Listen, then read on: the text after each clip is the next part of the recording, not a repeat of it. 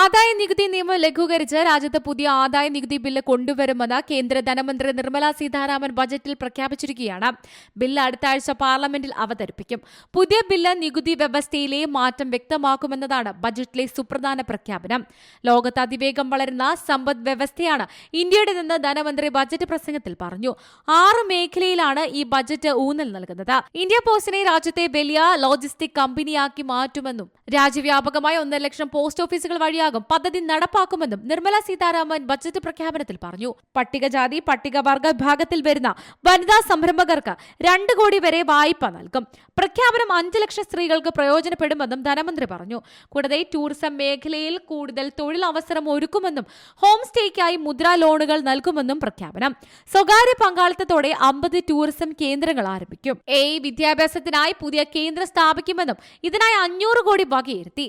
Medical കോളേജുകളിൽ 10,000 സീറ്റുകൾ കൂട്ടി. 2014 ശേഷം തുടങ്ങിയ 5 IIT-കൾക്ക് അധിക ഫണ്ട് വകയിരുത്തി. പാലക്കാട് IIT ഉൾപ്പെടെയുള്ളവയ്ക്ക് അടിസ്ഥാന സൗകര്യ വികസനത്തിന് ഫണ്ട് അനുവദിച്ചതായും ബജറ്റിൽ പ്രഖ്യാപിച്ചു.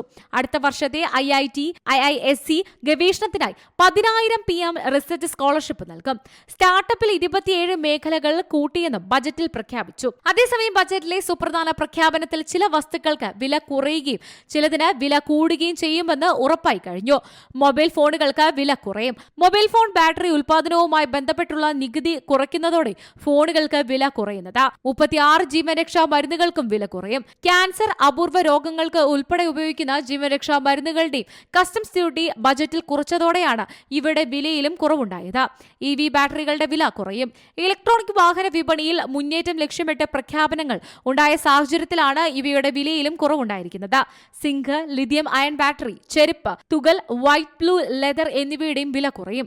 ഉയർന്ന തിരിവ് കാരണം ടെലികോം ഉപകരണങ്ങളുടെയും പ്ലാസ്റ്റിക് ഉൽപ്പന്നങ്ങളുടെയും വില ഉയരാൻ സാധ്യതയുണ്ട്. ഫ്ലാറ്റ് പാനൽ ഡിസ്പ്ലേ, നെയ്ത തുണികൾ എന്നിവയുടെയും വില കൂടുകയും ചെയ്യും.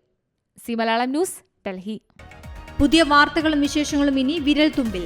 എല്ലാ ഡിജിറ്റൽ പ്ലാറ്റ്ഫോമുകളിലും ഇപ്പോൾ മലയാളം ന്യൂസ് ലഭ്യം.